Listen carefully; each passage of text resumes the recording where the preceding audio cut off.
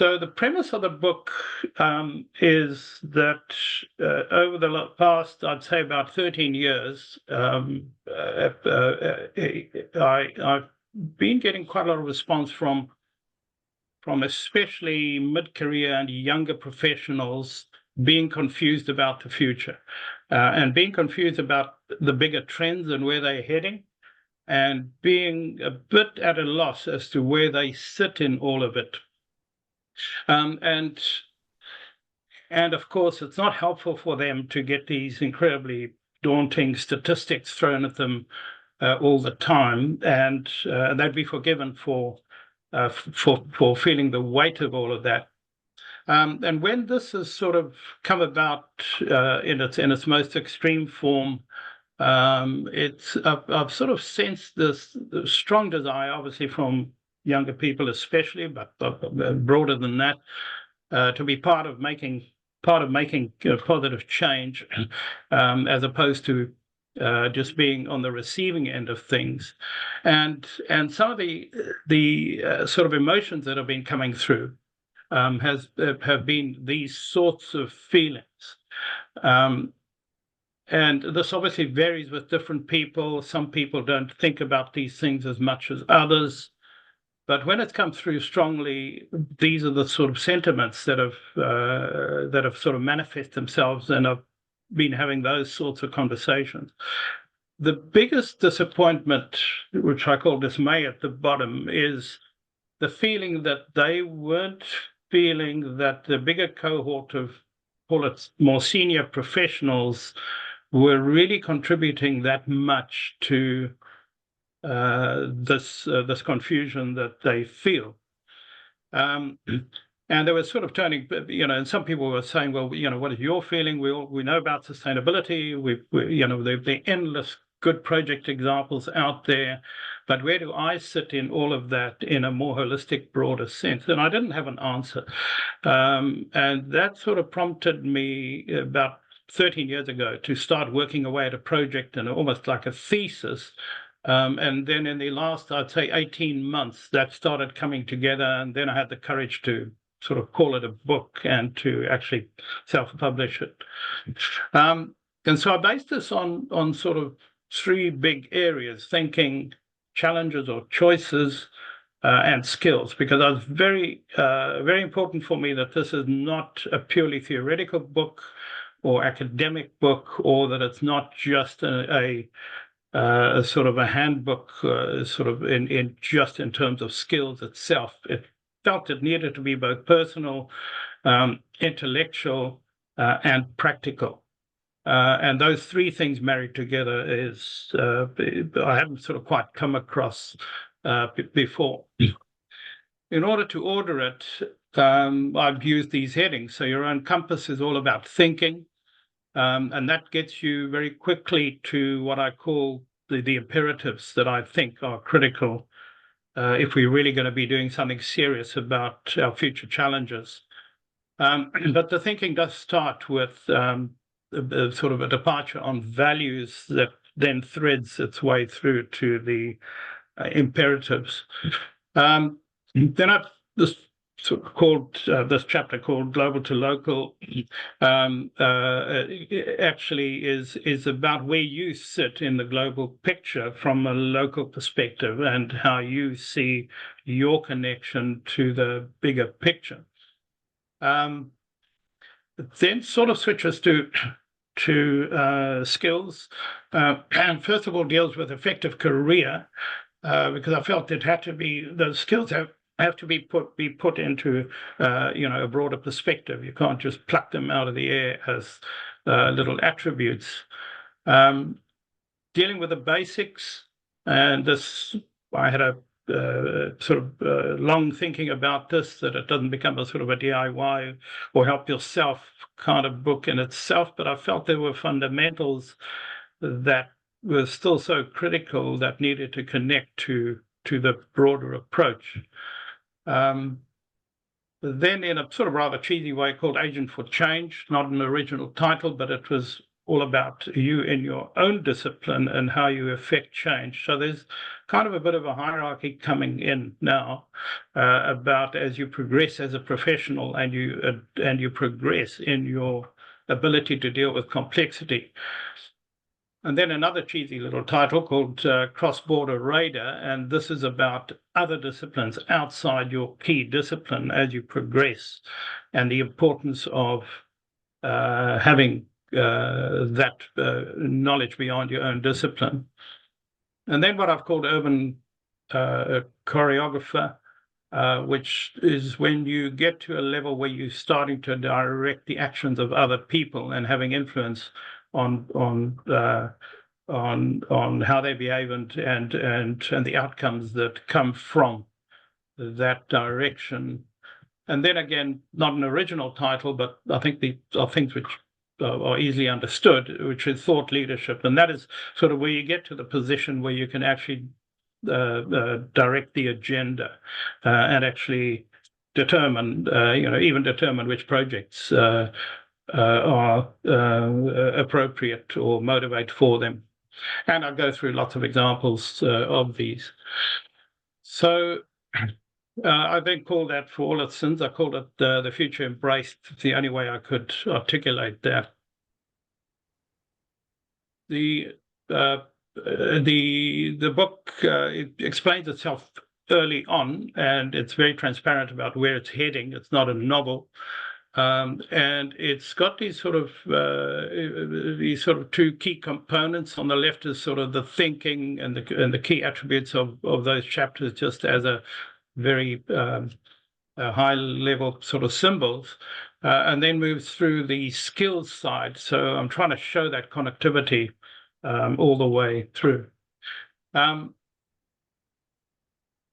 So the other dimension, which I thought was terribly important, is to actually mix the business side with the professional side. That's also something which I've not come across readily, and a big gap, I think, in our educational approach generally, and that somehow the sort of business side's either a bit dirty, or if it's business, it's a little bit devoid of the values when you are linking with a business. There are very, very good exceptions to this, so please don't make me sound, simplistic in that sense. But the way for me that I sort of captured that was just helping people just break these things up and think about them, and in the first instance was just making a difference and looking at the ethical awards. And so what is important for me is that these come from conviction, not guilt, fear, or greed, and to have an understanding about just that mindset. But important for me to show examples of where the ethical awards are attainable. Professional rewards for me in a simple breakdown was about getting high quality intellectual and creative outcomes. And if you just split it up into those two, because you may be strong in one, weak in the other, there may be some learning for you, whoever's sort of reading this. And then the book goes on also around, of course, financial awards. But for me, this was really about achieving the above things cost effectively and building a reputation to get more of it. So fairly simplified that. The book obviously goes into a stronger narrative about these. I also the book's constructive and it's meant to give hope, but it sort of really wants to give substantiated hope, not just sort of a shallow optimism. And the fact that our futures are shaped by events, but they don't need to be shaped by events alone.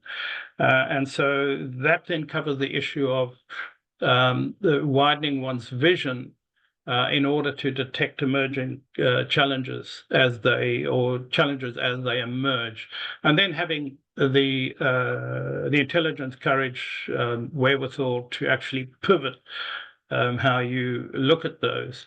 And then a series of responses I go through around, whether you've got to create new pathways or whether you've got to change your context. I'm always very careful, as to advice. And so it's given in a very balanced way. People need to, take their own view on it. So that's just a few sort of bits out of that first chapter, which on the left you'll see is being future relevant, and there's that's how it's framed. So the second chapter was this thing of developing your own compass, and the more I dealt with it, the more I needed to get back to values. And quite inspiringly, in New Zealand, the values discussion is coming through quite strongly in the Maori, through Maori leadership, through Maori, the growth is sort of a renaissance of Maori intellectualism happening at the moment. And they are giving, in my view, quite a lot of clarity and stepping away from the noise quite a lot in terms of which values for them are important and how they lead with their values. And some of the stuff is very specific to them culturally. And, so one must understand that. Nevertheless, quite inspiring. And so the simple thing of this overlap between personal and professional, we've all got values in both of these camps, but just the thinking about whether that overlap whether you can grow the overlap in those circles. And again, then just some ideas around how you may categorize those two elements. But importantly for me, is the values on the professional side need to be modified by context, because I think that's quite a big fault for me when values become dogma, because they don't keep up with the context that they're in. And that's not just physical context, but it's also cultural context and so on. And then importantly for me, as the core sort of basis of the book, are these imperatives, which I'll get to, but that they help with prioritizing one's approach to and one's views, if you like, in value terms. And so it's a lot about getting a stronger overlap between the professional and the citizen. And so the book then inevitably has to get into quite a broad early discussion around, and I talk about left of center, right of center, and then later I sort of debunked that distinction a little bit. But it's more about just asking questions as to whether one's been thinking about these things, and those footsteps are all about constantly encouraging people to make up their own minds and to find their own pathways through these, because it's just the pull between these two polarities is actually so strong. It's so easy to just default to one side or the other. And so constantly through the book is just try to get people to refresh their thinking and to broaden the things that they consider well before they get into their professional specifics. The other thing that was interesting for me is how this left-right wing stuff plays out on the axis of global to local, because the book's a lot about what can you do locally to address global challenges. And so an article by Keating, the ex-Prime Minister of Australia, I found a very interesting article that he wrote about this somewhat partially in terms of where I've sort of taken the discussion, but I've then expanded and put this proposition together. So those three symbols are simply, economics and the social side of things and the environmental side of things, and just my observation, partially informed by Australia, New Zealand, and you may find it different, but it's feeling like like if you translate through into politics, you're getting these sort of gradations happening, and how we're now seeing on the far right that almost everything is local and almost everything is anti-global. Whereas, we used to have a sort of a center left, which was, high on climate change, high on United Nations and humanity issues, and big on global economics.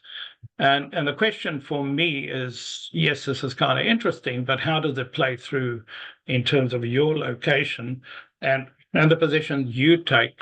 And then later, how does that play through literally into your view on projects or policies within, call it, your professional urbanism? I then sort of deal with this sort of confusing array of professional approaches, and the difficulty of distinguishing between ones that are fashionable, outdated, or ideological. And I sort of rather critically go through some of those categories. Just again, this is a personal view, and I always leave it open-ended for people to have their own views. I need to say that the whole thing is, which I might have mentioned right at the beginning, the book is meant to be a framework of my interpretation of these things, and it's meant to be an offer to the reader to take that framework and to make their own framework out of it. The book's not there to convince you of my thinking. The book is there to say, here's a way of thinking about it, and yes, this is how I happen to think, but here's a framework for you with which to populate your thinking, and you can adjust obviously anything, including the framework, and that I feel is very important to say. So when it gets to schools of thought, and as we all know, they often develop into the ones that don't fizzle develop into trends. Those that don't fizzle could develop into movements. The risks are that those movements, if they don't adapt to context, that they develop into groupthink, and then they ultimately stagnate. The ones who move with the context have longer life, and you'll have your own examples of this, I'm sure. The thing that, and I do sort of trace over, very cryptically some of those sort of lines of thinking. But the thing that is still for me very disappointing is the lack of urgency related to our global challenges coming through as a well sort of articulated framework of criteria with which to view what we do, view what we invent, and to judge projects by, to judge policy by, to judge our own personal professional choices by. And that sort of led me to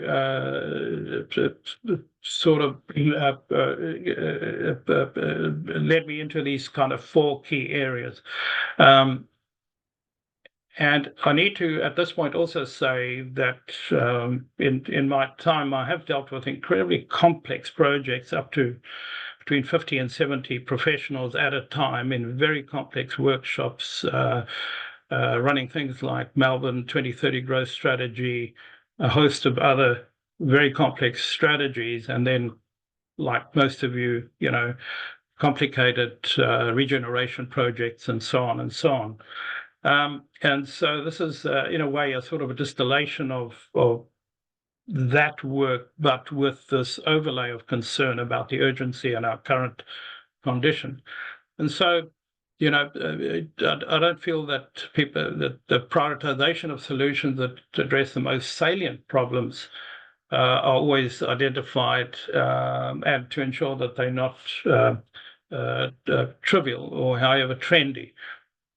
That's a gross, it's a big statement, and many people will argue they are doing that, and if they are, that's just fabulous.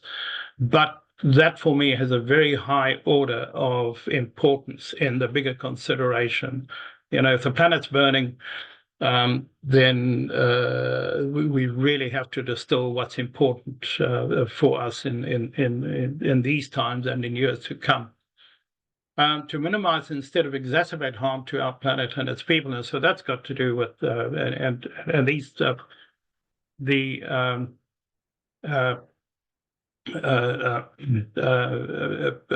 principles that come out of this, are named in the next slide.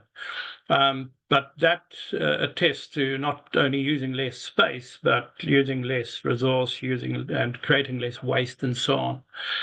And the third one then is to ensure our efforts are in concert and not in conflict with each other, because so much harm is done in the competition between the well-deserving initiatives when one is actually countering the other.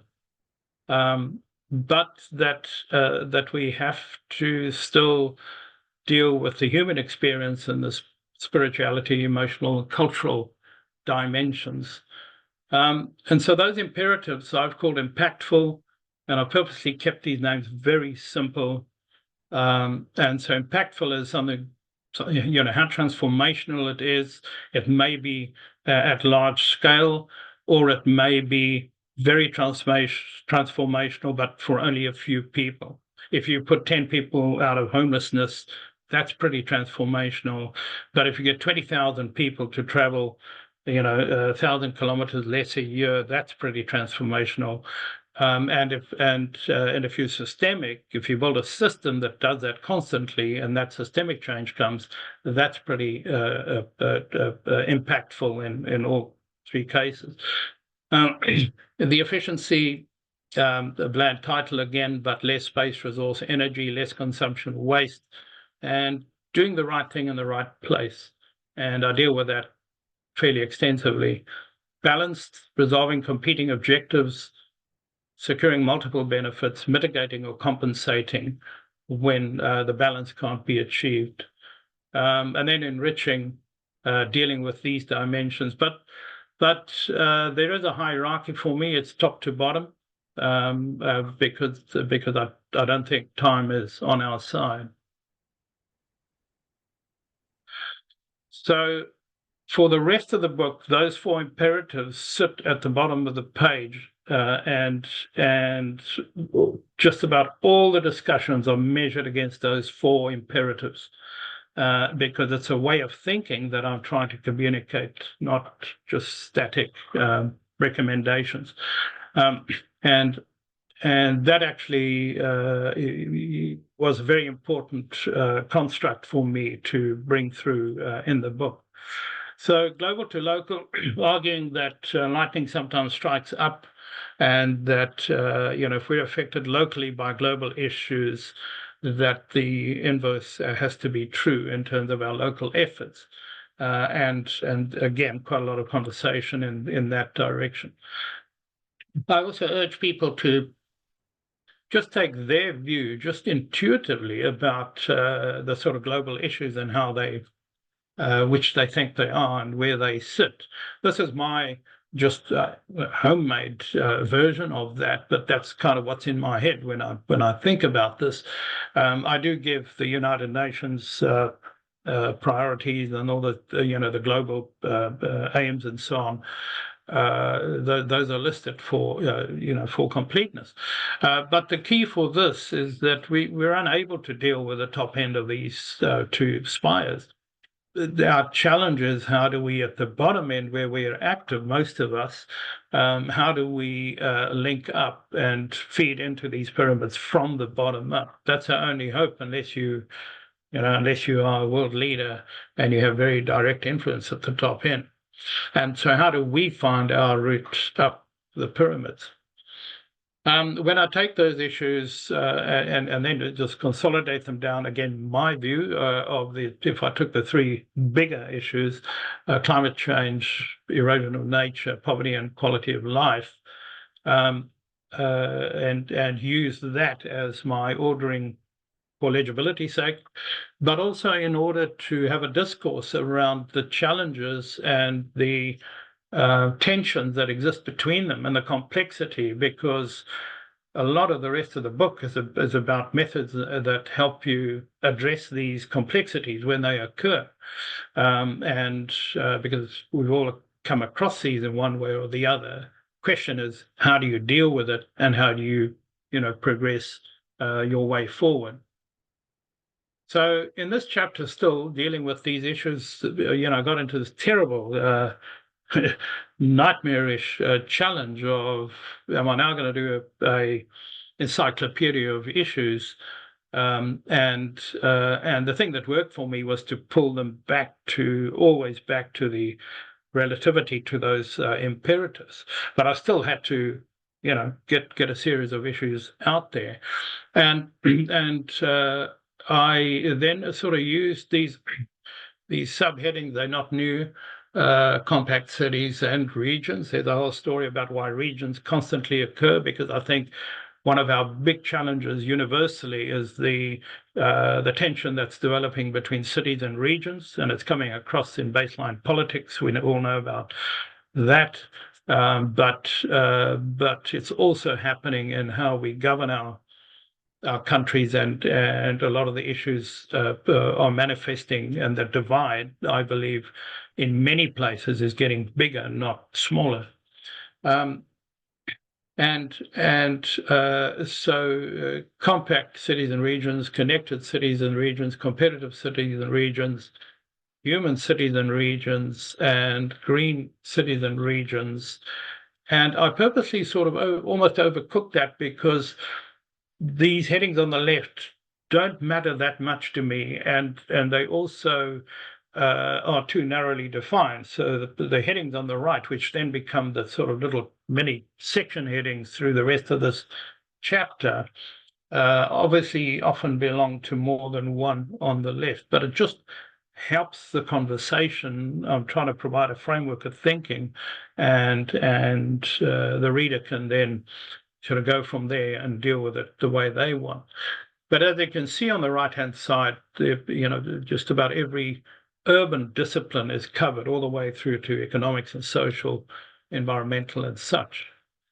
And I'll just give a little taste of those, dealing with just a simple challenge around compactness. And of course, that's got a lot to do with the imperative of efficiency, but has many other, benefits. And so the sort of diagram to deal with just the density of cities versus how much that uses up of Europe in this case, and if cities were those scale, how much would they use up? And then the more traditional sustainability discussion flows from that. But the making cities and regions more competitive, I've dealt a lot with the economic dimensions of urbanism, and probably brought that into the urban strategy, urban design, urban planning sphere more than most people in this part of the world, at least, to bring urban economics in a stronger parallel conversation into the urban design, both the physicality and the social element. Travel and the obvious components there, making cities smarter. And so these are sort of well-recognized issues, which I sort of skimmed through. So you get a whole PhD on one page and a diagram on the left-hand side. and at the bottom of the page again, but the key to it is the unlocking of the thinking through those imperatives. Moving on from that, the creativity and its a very important role, poverty, and what I call poverty proximity, and how most of our cities are actually, by doing nothing, we're just making the poor poorer, because they are so often the least connected to everything that matters, that year on year they're just actually getting poorer without us doing anything. Just the geography of it, unless we recognize that and compensate, it's not very healthy. And then dealing with inversing the pyramid, and dealing with the social issues and helping prioritizing the most salient as a point of departure, not the fancy stuff to start with. And so that moves through social issues, urban design in very key, its very key core elements only, placemaking, the environmental issues, and the interrelationships, which the more you uncover them, the more you understand the interrelationships between, even all the way from waste through to water quality, and so on and so on. And then the biodiversity side, using less energy and keeping it clean, swapping eco-blink for authentic and wanting and wasting less. So just a little sweep, mostly headings, but just to show, trying to deal with that chapter 2, the number 3 on the left. And so when that starts converting into skills and still trying to link them back to the earlier conversation, that linkage was very important for me. And so some of the stuff, some people will find, quite simplistic, but it actually has been quite a helpful thing to, and I found a lot of interest in this by people who just never actually put it together like this in their minds. If they think of their own career, you've got ideas, you've got skills, you've got experience, but it's got to be driven through energy and motivation and focus. Otherwise, it just doesn't go anywhere. That circle gets much smaller. But the angle of the actual of that climb is actually the thing that helps determine the values just in this diagram. And so how do you then also make that a value-based condition? And so that's about legacy, because the world is only made up of the legacies of all of us, positive or negative. And if we start seeing it like that, we may have a different viewpoint about the meaning in our own careers, indeed our own lives. So, this may apply to slightly younger professionals. Don't know, there's something I like doing. How do I use this to deliver more change? And this one, there's something I'd like to change. What should I be doing? So I inverse those two approaches, and then give a little decision tree sort of options to respond to those two propositions. I again, especially with sort of junior professionals, if you like, just warning them that their life's going to be full of sacrifices, and that actually they may benefit from some self-induced sacrifices if you can see what the longer-term upside is, and some discussion around that. Whilst we're still on the Shape Your Career side, this work by David Meister is been influencing me for probably the last 30 years, and which is clearly referenced in the book. But his expertise-based, experience-based, and efficiency-based practices, and how they need to distinguish themselves, and they're all equally good. They can all be equally positive or negative, but the distinction's important because everything flows from there, and they have this the continuum, but on the thinking and doing is my addition to his categories. And so those are described as well. And they may just be a useful way of people in their careers to reevaluate where they are, where they're going, or people starting out. Leading in management, and that we have to be both in the one person, and we have that ambiguous role, but it helps when we tell ourselves which we are at that moment in time, because it may help us behave more effectively in either of those roles. Leadership is about where you're going. Management is about how you get there. Moving in outer circle of conformity, quite a complex one, which I'll leave you to go into in the book if you wish. But it has essentially to do with the status quo organizations and the status quo corporates and institutions, and where you sit in that mix. Quite a complicated thing. But whether you can from time to time get to the center of that circle, which I feel I've been privileged to have had my moments in that space, because then being able to lead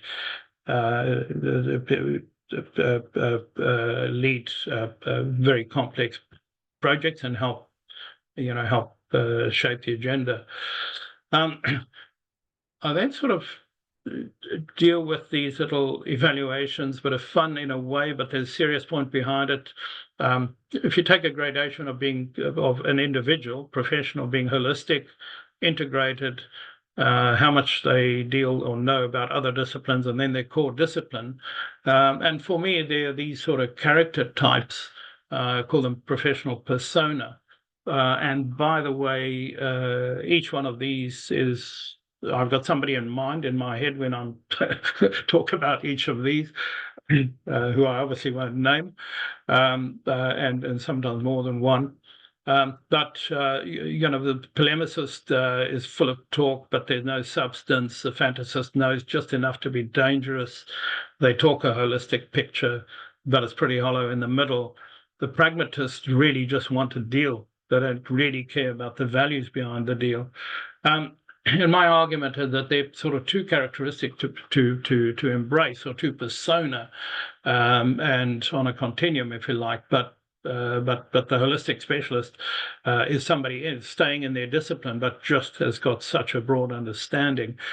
And gives great outcomes, whether that's an architect or a planner, and landscape architects, etc.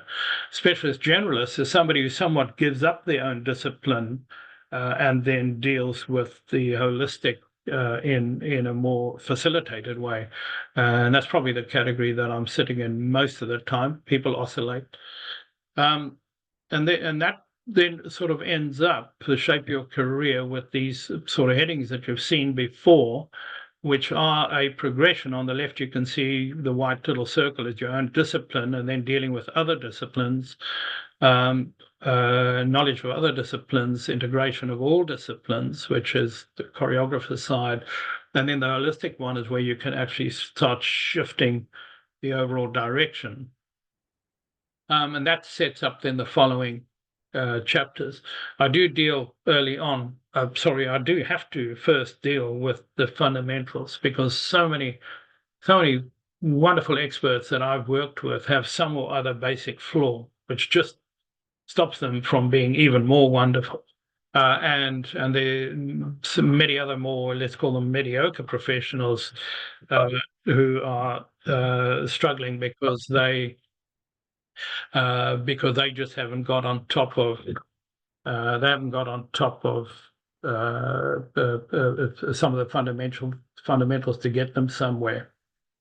And fundamentals are important, especially in times of need or in times of stress, because if as that diagram I think explains, and I've experienced that in my own time with cycles of stress occurring, and so I give some explanation of that.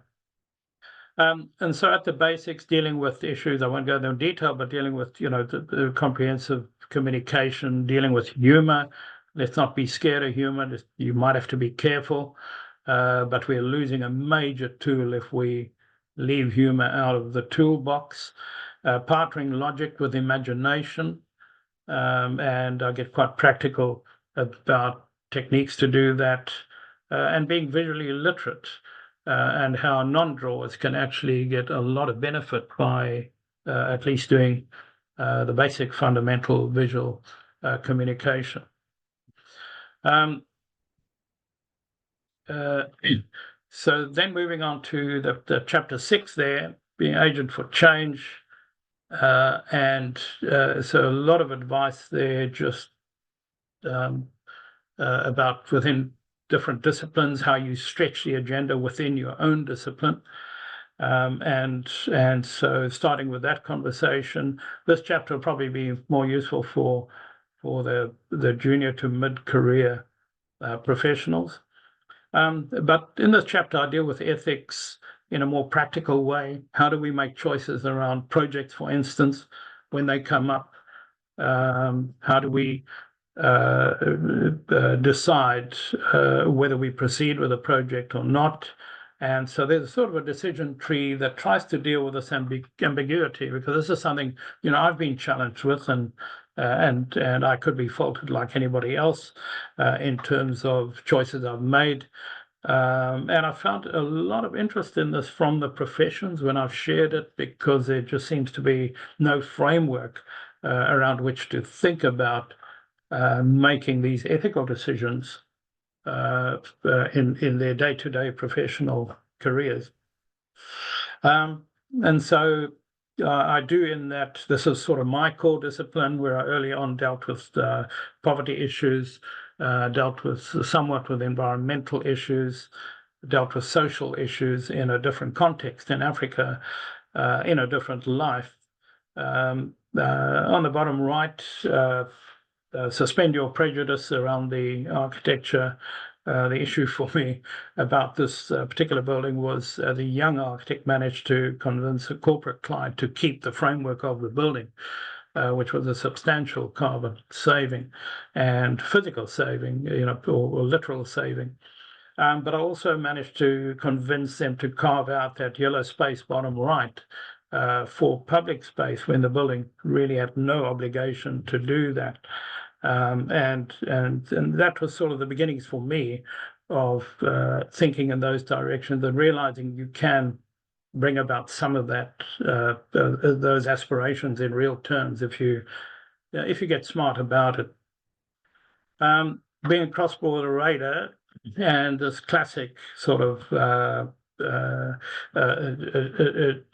competition between disciplines, and we're all totally aware of them. And just recognizing early on that if you're being taken for a ride by another discipline, the obligation is on you to get smarter about that discipline. And so I've become a quasi-faux transport engineer. I've become a quasi-faux heritage planner. I've become a quasi-faux all sorts of things. And many of you in this chat have that experience.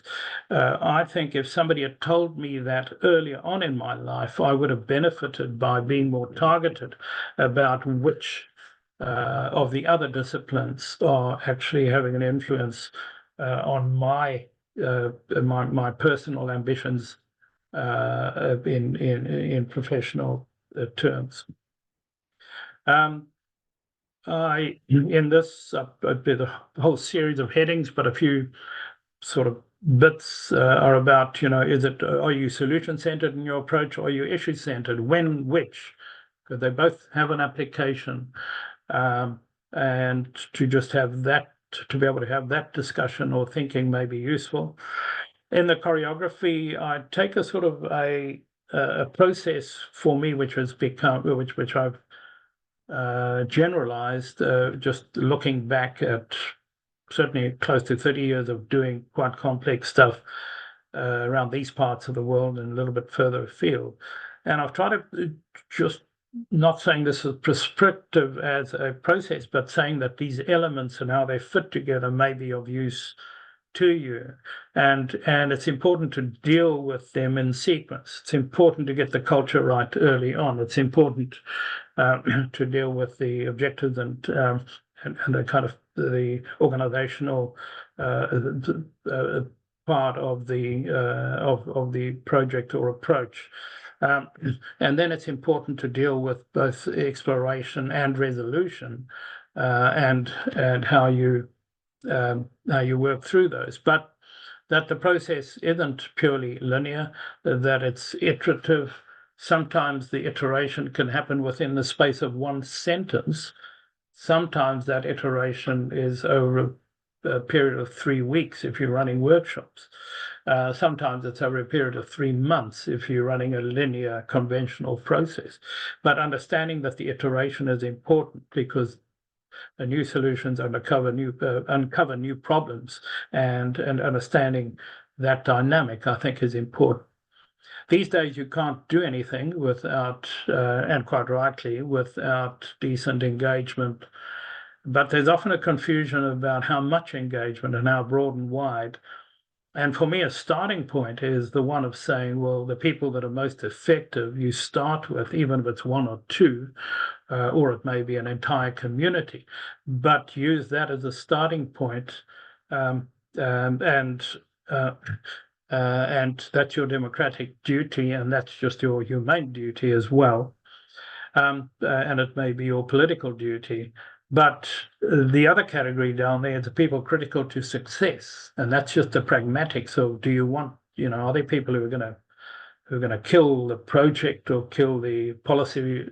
So, who do you need that could be very negative, or who do you need who could be very positive as an ally? And then to understand that you have to have a view on how much you engage them in and out of the process. And it'll be different for every process, but this may be a helpful way of thinking about it. A lot of discussion about engagement and techniques around engagement. There are, very comprehensive literature, obviously, in this space, and very experienced people in this space. I just try and pull some of the key elements together, and how, especially how to turn mixed audiences where there's competition within the audience, how to take that mixture of opinion with you. There's some conversation around that. A favorite of mine is just, and it stems right back to my days as a young architect, is this black box thing of creativity, but on the one hand, the rationality, and then the intuitive or the logical and the creative. And those two different worlds, and trying to get the best out of both. And so I do talk again in more detail, but around this issue of how do you get great ideas that actually work. And that gets expanded further in terms of implementability, if that's a word, which I'll touch on in a minute. The good old Venn diagram, but it's incumbent on us. Currently, it sort of sits in the middle and has become, I think, quite a lazy tick box exercise. How do we compress that? And that compression at the bottom left, I think, is an ongoing obligation for us. Resolving what I call triple tensions with quite a lot of examples. And again, I'll just try to find a diagrammatic way of dealing with, in this case, the blue is negative, white is positive, and the size is the degree of scope or the degree of importance. And so there's a whole sort of conversation around those. Also, this issue of, resolving competing objectives. They both would be good in their own right, but they can actually damage each other's cause. How do you work towards seeking those ones with multiple benefits? And this little diagram, which gradually occurred to me, a very simple diagram, is when you've got a series of let's call them, for simple example, would be a project with a series of initiatives, and knowing and how you combine the transformative of the initiative with its ability to be delivered. And one of the ways we've sort of worked out is that if you put people in two frames of mind, you first of all say, okay, let's have a discussion about, you've got 20 projects, just rank them as to which are most or least transformative. And that's fairly easy to do because you're being comparative. You don't have to quantify, you're just being comparative. And then easy to deliver, you then say, okay, forget that. How deliverable are these? And, are they fundable? Is it fundable? Will it have support? Is it technically achievable? And so on and so on. And if you then take those initiatives and put them on the two axes, it becomes very evident very soon that ones like A and B need to be prioritized because they're transformative and they are deliverable. And G and H, you probably need to abandon and just get over it. But sometimes you got one like F, which is very hard to be achieved, probably why it's called F. But incredibly hard to deliver, but very, very transformative. Then the creativity of building a strategy where you use stepping stones and how do you get there, maybe in the longer term, can come about. And we've found that this really helps take away the muddle that often occurs between what people really want and what can be achieved. If you take that same, having now applied that in a particular project here, to also then say that there are interrelationships that are important, and it's more complex than just the previous diagram. And then also something which I think is often lacking is, a rigorous causal logic around trying to achieve something. And so you'd start with 5, you want more prosperity, in this case, in a town centre. 4 is more jobs and retail income is the thing that's going to give you that. But 3 is improved business confidence, and so on and so on, until you work yourself down to 1.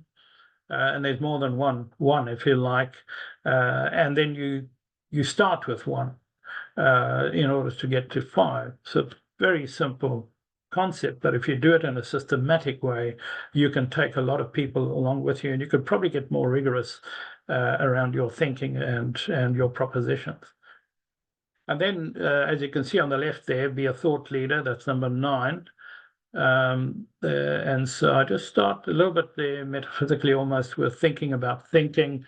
And when I look back, just, obviously when you start, everything virtually is borrowed thinking, just can't come out of a vacuum. And we shouldn't be ashamed of that. It's just in time we should recognize when it's borrowed thinking so that we can evaluate our own view about that and reevaluate that thinking, and so we're allowed to change our minds. That's how we grow. And we just, the brain's just growing like any other part of your body. And the moderation will probably first come through the context, moderating for a context, until you build up enough experience. Then the moderation is for context and experience. And in one logic, the new thinking flows out of that. But I think that's a bit too linear too. I think it's a helpful way of breaking up types of thinking. The challenge is, how do you shortcut up to new thinking within that ladder, if you like? And so there's quite a bit of conversation around that. And so on.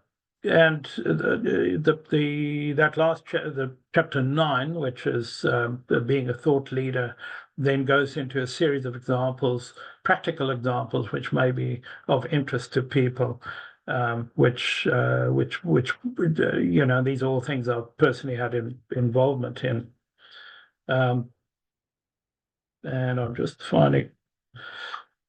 And so, influencing the influences. This is about publishing and the importance of constantly publishing, because it's such a form of communication and a potential for influence.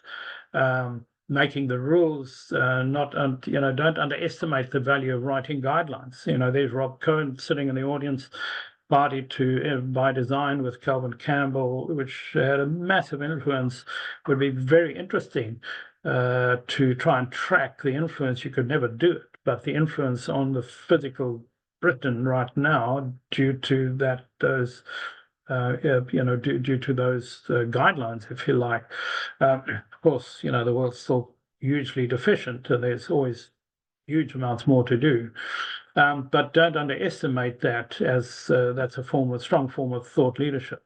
Inspiring good governance, and this is the diagram I often use, that people in leadership, and often the political ones, have these sort of 3 mindsets: evidence-based thinking, constituency-based, people voting for them, and then their core philosophy. And if you don't provide the evidence-based thinking, you'll never get more rational decisions. You'll never diminish the other 2 totally, but that's fine.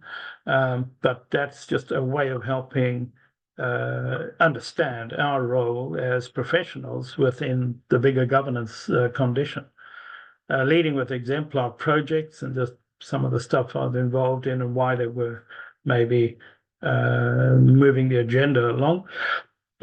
I did, I've helped deliver some of the higher density, higher mixed use, very early work, which has sort of been a useful stepping stone for better and better projects to follow. Competing objectives, in this case, transport and urbanism. I've also just recently, the right of centre government has stopped Auckland Light Rail, and I was government advisor on that, and wrote the brief, which Arup then won, and that was all about balancing movement and urban encompassing social and environmental and so on. And so that was all about reconciling, competing objectives, and then crystallizing, large scale complexity. And this is probably the largest thing that I was involved in terms of Melbourne 2030, but which had, significant numbers flowed from that, which then sort of brings me through to just to the final chapter. Much of which I take up now in the workshops. It replaces this chapter to a large degree. But I sort of urge people strongly, to just understand that if it's just about feelings and thoughts, it's going to be an inward spiral and pretty negative. It's when you add actions into that mix that spiral has a chance of reversing into an outward spiral, into something that grows, not diminishes, because we need mechanisms and ways of thinking constructively about the way forward. And so I leave people in that last chapter. It's not too long, but just ensuring that they are capable of delivering, of having more agency than they probably think. That their journey will be abundant with universal lessons if they look out for them and if they try and find a way of articulating them. And working them into a manner which actually becomes useful to themselves, because a lot of people, are just bounced around by circumstance and the condition that they find themselves in. And also to say that there'll be many people that will help along the way. We probably all in the room can have each of us probably has a list of 3 or 4 or more people that you find has been seminal in your own professional career. But that it's important to also start thinking about how you can feed that back into the system. What is it that you could be offering? And in a small way, the book is my part of trying to do that. And that at 100 miles an hour brings me just to the courses, and just a note on the courses. I've now run some of these, and it's been very interesting. Just everybody takes something different out of it, because the book is 400 pages. There's a lot in there, and people only eventually focus on a small part or the bit that's relevant. They shine a spotlight on the bits that are relevant to them right now in their professional lives. And so the course which I'm doing is sort of running on 5 2-hour seminars. In a sort of, they're not seminars, they're really tutorials, and they're all about, you've got to read the book, and I give a template for people to use and as a starting point. And then they fill the template in and their interpretation out of the book, and then they add more and they change and they personalize. And then we have these tutorial discussions, which often involve, up to 8 people. And so you get a really good hybrid conversation. And so that brings me to the back end of where that course may. These are the dates that I'm just putting up. So from my dulcet tones at several minutes after midnight from New Zealand, I might pause there for conversation.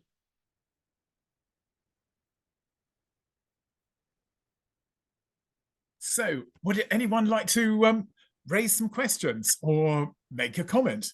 And we'll continue for about another 7 or 10 minutes. All right.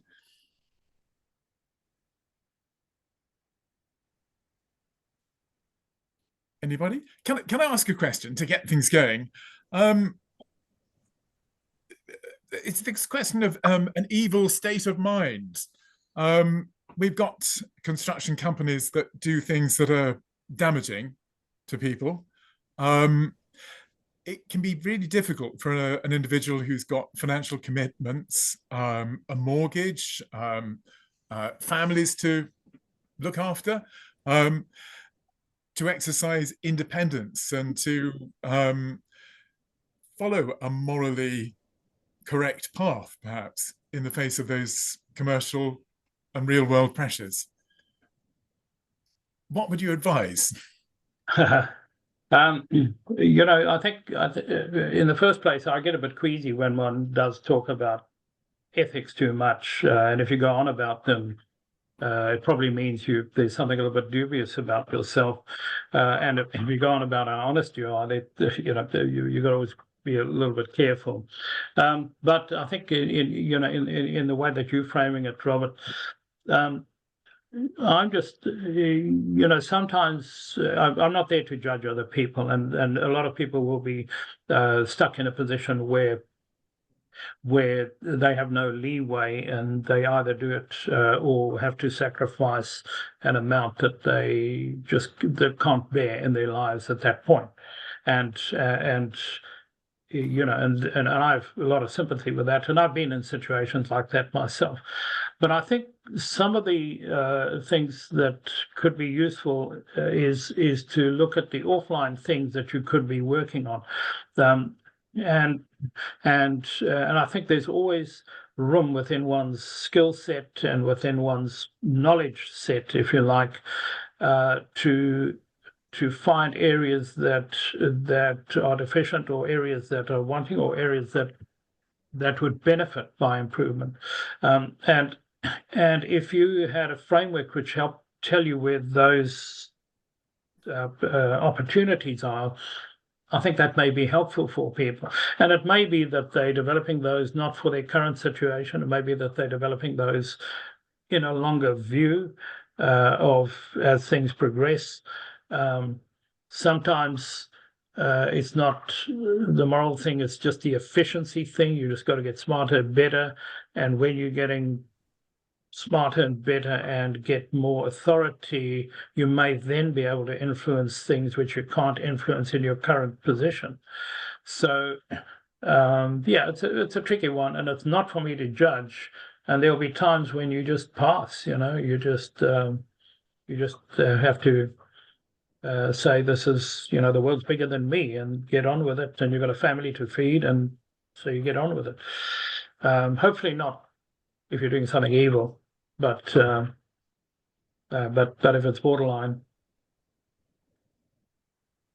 I was interested, Kobus, I've read your book and greatly enjoyed it in what you say about the professional roles. I mean, I think it's very useful the way you try to address young potential professionals who are interested in environmental issues and want to do something about climate change and the present challenges, and how you try and introduce them to the strange world, which is probably different from when we came into these various professions, where you tended to join a profession and stay with it until you died.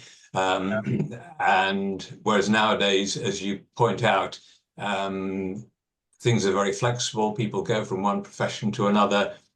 The professions are actually much more complex than they used to be, and it doesn't particularly maybe even make sense to talk about professions like architect and planner and urban designer, because they're they're so mixed up, or they're should be. I was interested. You talked just at the end for a short while about your training and the tutorials, and I wonder what experience you've had in the tutorials you've given of how young professionals respond to the challenges you put in your book. Yes, it's interesting. The one that I've run has ranged from in the same room, having graduates, and then a series of sort of mid-career, and then people, probably deep into their 60s, in the mix. And it was actually very interesting because they could talk across those age gaps quite comfortably.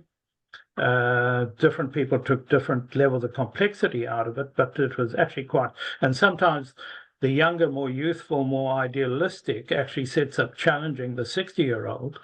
And at other times, the 60-year-old says, my wisdom tells me, consider this, consider that. So that in itself, it just, was for me quite exciting. I did find a little bit less, maybe this is part of the wider economy. There's a bit of pressure on the New Zealand economy. We've had a lot of redundancies, both private and public sector, over the last, I'd say, 6 to 9 months. And so it was a little bit about the global challenges, where do I fit in, which is sort of a big part of the premise of my book and does come from earlier discussions over the years. A little bit more about, I'm at this point in my career or in my job and I'm not that happy. And how do I deal with that? And if I don't have external options, how do I deal with it internally? And so, everybody's got a challenge. Everybody, anybody's seldom totally happy. But that's, and I feel that it's almost, it's a very tricky book in the sense that when it's going really well, they may sort of, well, why would I bother with a book? Or when it's going really badly, they may say, well, hang on, the book's a luxury. And so it's a bit tricky in that sense. But they've all seen, so everyone has come back with, I don't want to get queasy about it, but like life-changing or insightful and so on, because it's just maybe just given them enough framework and options for them to see something in it, some new sort of window in it for themselves. And they've all sort of come back, and it's always been quite surprising what they've taken away from it. And wow, I'm going to now really focus on this because I can see it's a pathway back into unlocking some of the other challenges that I've got. So it's unbelievably unpredictable in that sense, but a little bit less save the planet, a bit more save myself, to be honest. And I'm cool with that in the sense, they're all, if you question them, they all would have good sort of ethics behind their thinking, but the realities are, they're in quite a tough economic environment. Yeah, interesting. Thank you. Any other thoughts or comments, anybody? Robert, I'd like to make a comment. Can you hear me? Yep. Yes. Kobus sent me this book about a year ago. He's absolutely right. He started off by saying that it's not a novel, and it certainly isn't a novel, and it's quite difficult to read it in one go. But it's wonderful for dipping into, for finding things. I've always found things which are relevant to some issue that perhaps I'm thinking about at the moment. And the way he's reduced these complex political and economic issues into a diagrammatic form, I think, is very commendable. And I'm amazed he was able to do this whilst at the same time running a very successful practice. I think that's perhaps a model for how we should be doing things ourselves. Thank you, Kobus. Oh, thanks, Howard. Mm-hmm. I only achieved the book by stealing from other people, stealing time from my wife, stealing time from my office, stealing time from my friends, stealing time from myself, getting up early, working late, working secretly, hiding the fact that I'm working, because, you know, it takes time. Yeah. Well, I think that's probably a nice way to end. Many congratulations, and to anybody who's interested in the course, the details are in chat. So I think it now must be 13 minutes past 1 in New Zealand, and yes, I'm sure you're getting a bit on the fatigued side. I mean, Rob Cowan, he looks terribly fatigued. Anyway, thank you so much for the presentation, and hello, Lucy. I think Fergus Carnegie will be working on the video, so that should be on Urban Now's channel on YouTube before long. So let me thank you again for giving the presentation and for sparing your time beyond into the dark hours, and wish you all the best. Thank you. Thank you very much. Can I just thank everybody for you know, giving up your time, and if there's any question or any conversation, feel free to email me on that info email.